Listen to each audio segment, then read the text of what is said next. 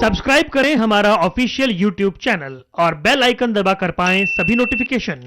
महाराष्ट्र के पालघर में भीड़ द्वारा जूना अखाड़े से संबंधित साधुओं की निर्मम हत्या के बाद देश भर में आक्रोश व्याप्त है। साधु समाज ने भी इस दुर्भाग्यपूर्ण घटना पर अपना रोष जाहिर किया। देश के साधु संतों की ओर से इस घटना पर क्या कुछ प्रतिक्रियाएं आई हैं, आइए आपको सुनाते हैं। पालघर महाराष्ट्र में हुई भयावह, दुखद, शर्मनाक घटना से हृदय व्यथित है। मेरा ही नहीं, समस्त देशवासियों का व्यथित है। मैं कठोर से कठोर शब्दों में निंदा करता हूं। दोषियों को कठोर से कठोर दंड मिले, उसके लिए राज्य सरकार और केंद्र सरकार से आह्वान करता हूं। ये ऋषियों की भूमि है, संतों की भूमि है, महापुरुषों की भूमि है। पवित्र भारतवर्ष, परम पावन भारतवर्ष की दिव्य भूमि। ये कृषि प्रधान देश है, सब जानते हैं, लेकिन ऋषि प्रधान देश भी है, नकारा नहीं जा सकता। उन ऋषियों की, संतों की, महापुरुषों की इस प्रकार से निर्मम हत्या, वाणी भी अवरुद्ध हो रही है। मेरा मन बहुत व्याकुल है, बहुत व्यथित है। मैंने अपने जीवन में कभी इतनी नृशंस हत्या होते नहीं देखी। 70 वर्ष के और 40 वर्ष के जूना अखाड़ा के दो संतों की जिस तरह भीड़ ने हत्या की है और जिस तरह पुलिस मूक दर्शक बनकर खड़ी हुई है, इसने हमारे संपूर्ण अस्तित्व को हिलाकर रख दिया। भारत की धरती संतों की धरती है। इस देश में जो षड्यंत्र चल रहे हैं आदिवासी बनवासियों के बीच में, सनातन धर्म के खिलाफ जो उनके अंदर जहर इंजेक्ट किया जा रहा है, ये भारत भगवा है, भगवा। यहाँ लाल सलाम चल नहीं सकता। जिस तरह आज माँ भारती का हृदय द्रवित हुआ है, हर सज्जन शक्ति व्याकुल हुई है, ये ऐसी विचित्र घटना है जिसने हमारे संपूर्ण अस्तित्व को हिला के रख दिया है। भीड़ इतनी नृशंस, नरभक्षी होकर उन असहाय संतों की हत्या करेगी और चुपचाप पुलिस देखेगी, ये कभी सोचा नहीं था। मैं मानती हूँ कि कोरोना के इस संकट काल में पूरे पुलिसकर्मी, पूरी हमारे देश के स्वास्थ्य कर्मी शिद्दत के साथ, बहुत ही निष्ठा के साथ सेवा में लगे हैं। पूरे देश में उनके लिए सलाम हो रहा है। लेकिन पालघर में जो हुआ, वहाँ खाकी ने शर्मिंदा किया है। अगर आपने एक भी रिवाल्वर निकाल के फायर कर दिए होते तो वो नरभक्षियों की भीड़ पर अंकुश कर लिया होता, लेकिन ये नहीं हो पाया।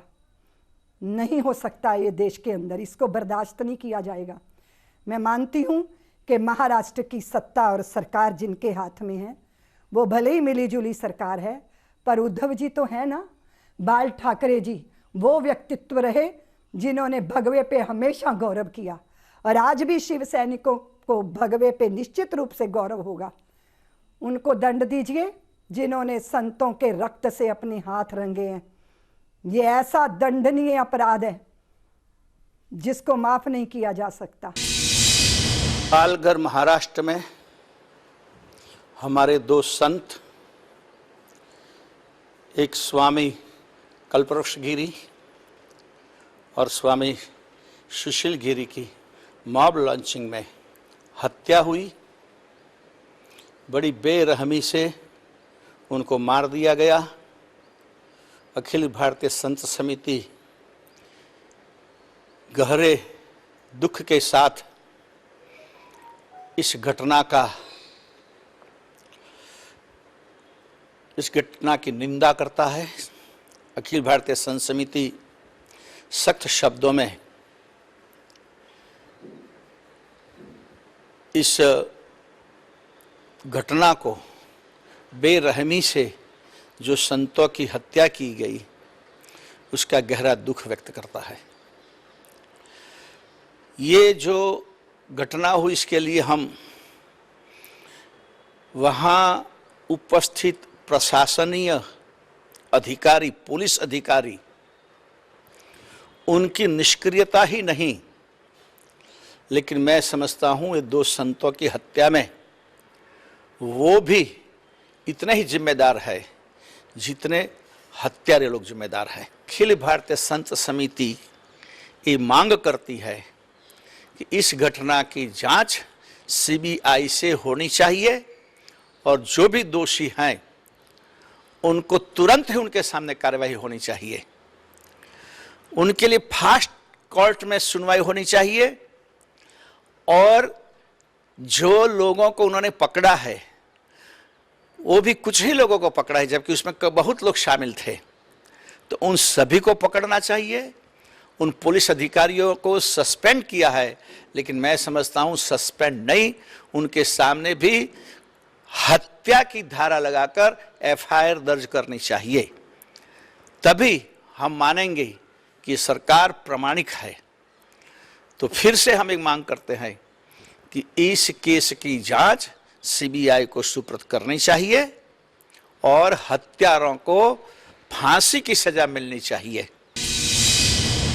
जिस निष्ठुरता और निर्दयता के साथ उनके प्राणों पर आक्रमण किया गया, इससे सभी संतों को अत्यंत आक्रोश है।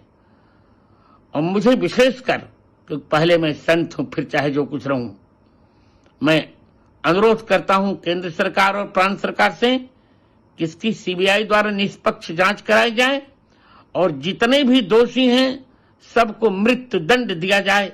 अन्यथा 3 मई के बाद सभी लाखों संत इस अपराध का दंड देने के लिए मुंबई कूच कर देंगे। नासिक सापुतारा रोड पे दानू तहसील पालघर जिले में काफा थाना है एक, उसके कोई गांव है जहां में जूना अखाड़े के 2 महात्माओं को कोरोना वायरस के नाम पे मार दिया गया। यह घटना बहुत ही निंदनीय है।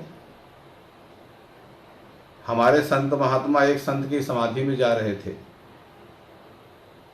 जो जाना भी चाहिए, लेकिन उनको ये संज्ञान नहीं था होगा कि लॉकडाउन में ऐसी व्यवस्था की गई है कि समाधि में जाने से पहले परमिशन लेना चाहिए था, लेकिन गलती हो जाती है आदमी से। जहां में पुलिस भी थी और पुलिस के सामने हमारे 2 महात्मा मारे गए, यह जांच का विषय है कि कई संत महात्माओं को हमारे जो 2 महात्मा जूना अखाड़े के मारे गए, मैं महाराष्ट्र सरकार से यह मांग करता हूं इसकी जांच की जानी चाहिए। और अखिल भारतीय अखाड़ा परिषद लॉकडाउन के बाद जूना अखाड़े से बात करके, हमारे महामंत्री हरिगिरी से बात करके, 13 अखाड़ों की बैठक बुला करके हम लोग एक विशाल संत महात्माओं को ले जा करके महाराष्ट्र सरकार को घेरेंगे, इसकी जांच की जाए। देश आपातकाल में है और इस आपातकाल के अंदर जो राष्ट्र का एक विचार है, उस विचार से विपरीत कार्य करा है। विपरीत कार्य करा है कि वो संतों को उन्होंने विवेक खो के उन संतों के साथ या वहाँ की पुलिस ने उन महात्माओं के साथ अविवेकपूर्ण कार्य किया, मतलब अविवेकपूर्ण भी और घृणित कार्य किया है।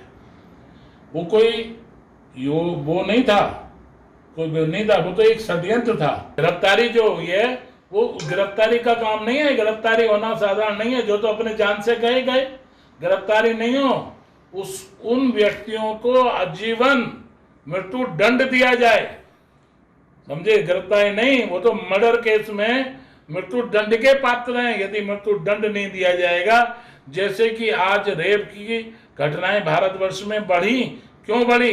यदि शुरू में ही उनको जो अदालत में मृत्यु दंड सुना दिया जाता तो रेप की केस है, इस केस में उनको शीघ्र अतिशीघ्र मृत्यु दंड दिया जाए और कोई समाधान। ये राष्ट्र संतों की भूमि है, संपूर्ण भारत संतों की भूमि है। संतों के आशीर्वाद से राष्ट्र चल रहा है। और उसमें भी महाराष्ट्र तो परम संतों की भूमि। संत ज्ञानेश्वर जी महाराज परम ज्ञानी, तुकाराम जी महाराज, मैं कितने संतों के नाम गिनाऊं। ऐसे संतों की भूमि महाराष्ट्र के पालघर क्षेत्र में दो हमारे सन्यासी संत, निरपराध सन्यासी संत, आदरणीय संतों की हत्या कर दी गई। उनके ड्राइवर की हत्या कर दी गई। ये जघन्य अपराध है। और मैं इसको अपराध नहीं कहूंगा, मैं कहूंगा ये पाप है, जघन्य पाप है। हम स्तब्ध हैं, पूरा हिंदू समाज आक्रोशित है, पूरे भारतवासियों के मन में अत्यंत वेदना है कि ऐसा क्यों हुआ।